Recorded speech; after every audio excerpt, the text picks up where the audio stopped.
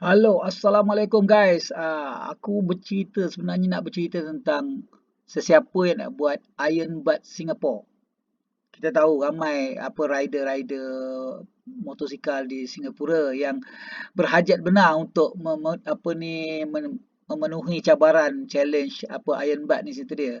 Saya ada saw ni cerita dia lebih kurang 1,600 kilometer dengan jarak 1,600 kilometer itu dalam masa 24 jam.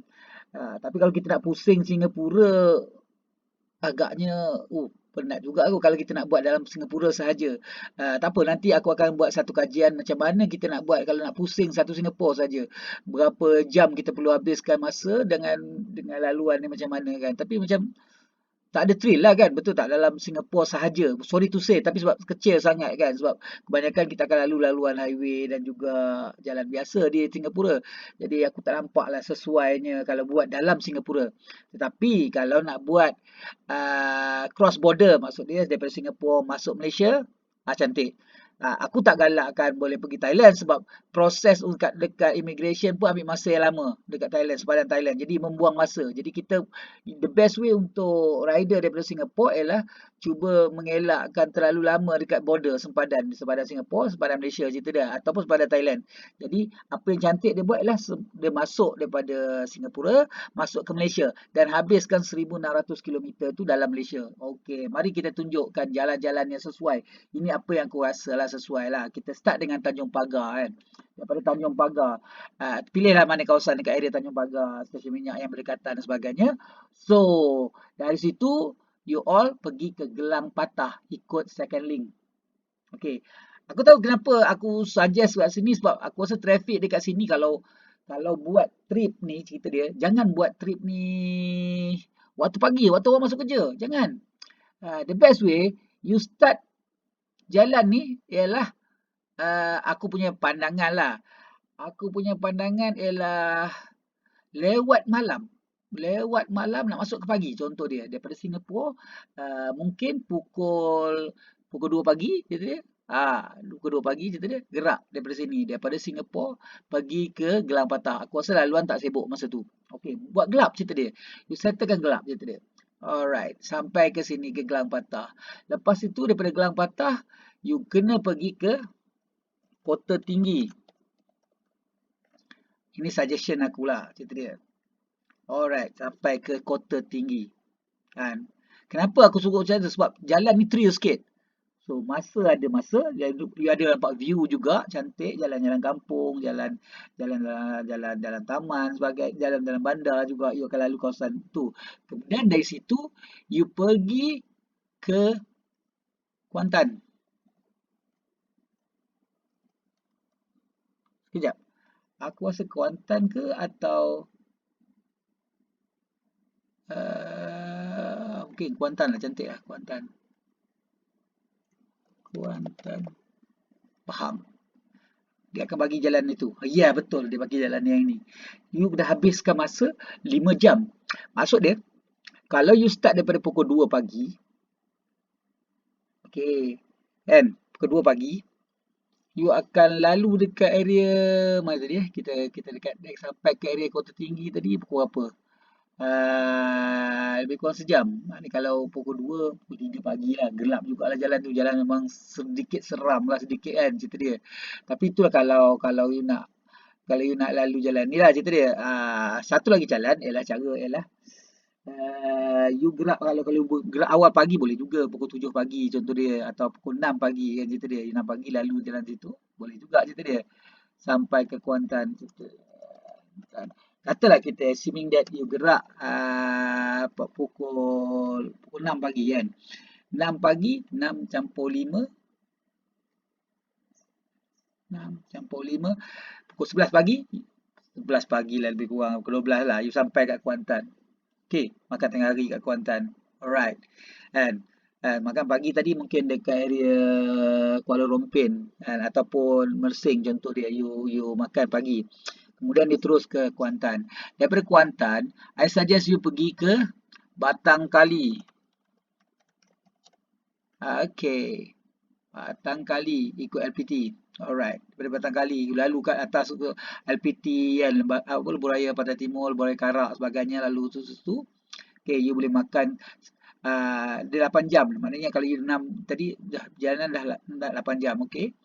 Ini dia daripada tadi tengah hari tadi, tengah hari 6 jam lebih kurang dalam pukul 2 you sampai Batang Kali. Lebih kurang lah, lebih kurang pukul 2. Okey, daripada Batang Kali you terus pergi ke Padang Besar. Apa Padang Besar?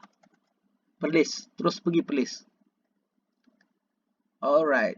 Pergi Perlis you ambil masa 14 jam kan, sampai ke sana. Memang perjalanan highway. You tak risau apa, stesen minyak banyak. Memang you boleh kejar masa, you boleh shoot cepat sikit. Kalau tak ada traffic jam sebagainya, tak ada masalah. You lagi pun you boleh cilok sebagainya.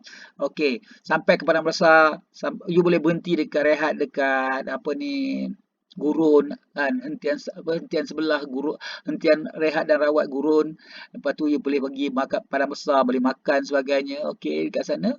Then sama ada nak pergi ke Kuala Perlis tu terpulang. Tapi aku suggest jangan buang masa banyak, you shoot terus balik. You patah balik terus pergi ke Putrajaya.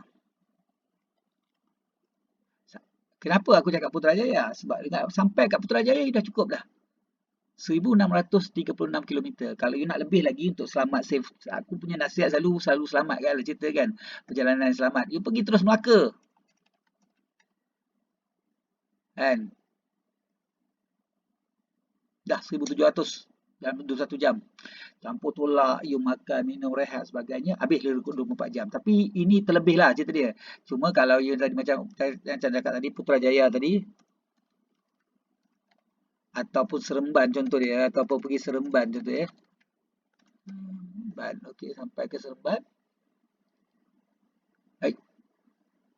You dah achieve 1671 km Seremban. Okey, dah rehat dah cerita dia. You dah achieve dah 1600 km. You dah boleh submit dah documentation. Yang menariknya laluan ni, okey, laluan ni you lalu kawasan yang risiko, yang apa ni, yang tak ada banyak apa ni stesen minyak dan juga tak ada banyak apa ni facilities tu di sebelah pagi. Jadi you tak berisiko. Jadi kalau malam you lalu situ memang bahaya cerita dia. Betul tak cerita dia? Kan? Kan kalau you lalu area tadi, yang area dekat contoh dekat mana, daripada Kota Tinggi lalu Mersing sebagainya, you lalu Endau ni, ini laluan dalam ni cerita dia.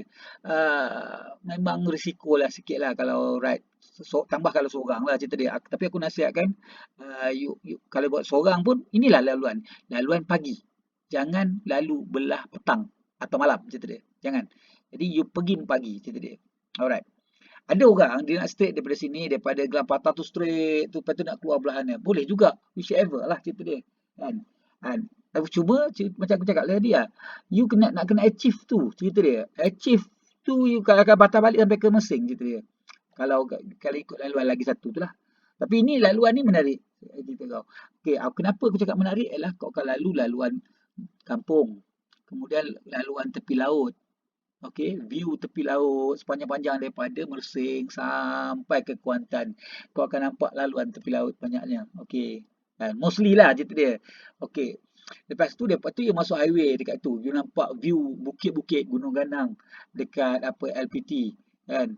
Sampai dekat sini. Sampai ke Batang Kali, you naik cross tu Batang Kali tu. Genting Highland Batang Kali punya simpang jalan tu. Lepas tu you terus pula boleh ikut laluan dalam sikit, kemudian masuk highway. Terus masuk highway, ikut Kampar, ikut tu aku nampak view cantik apa Lebuhraya Utara Selatan sampailah Padang Besar. Di mana Padang Besar ini sebahagian daripada jalan ini, Changlon ni sebahagian ni adalah laluan biasa sebenarnya, bukan laluan highway. Dia boleh singgah makan dan sebagainya. Lepas tu dia patah balik.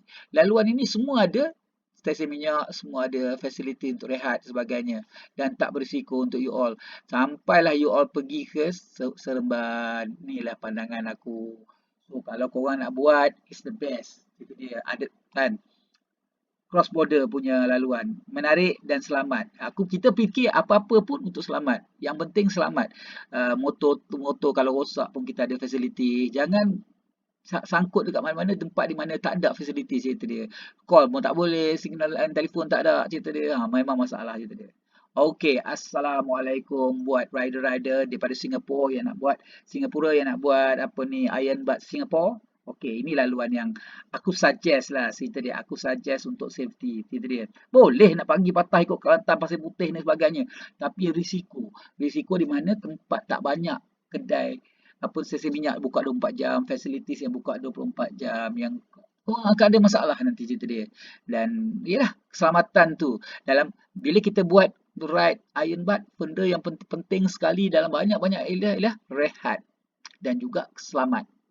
Rehat dan selamat. Jangan buat kerja yang gila sampai merisikokan diri cerita dia. Kan? Aku suggest benda macam ni lah. Pulang kat korang lah. Tapi ini pandangan aku tentang what should you all Singaporean yang rasa nak buat Iron Butt Singapore. Inilah laluan dia. Okey, Assalamualaikum warahmatullahi taala wabarakatuh.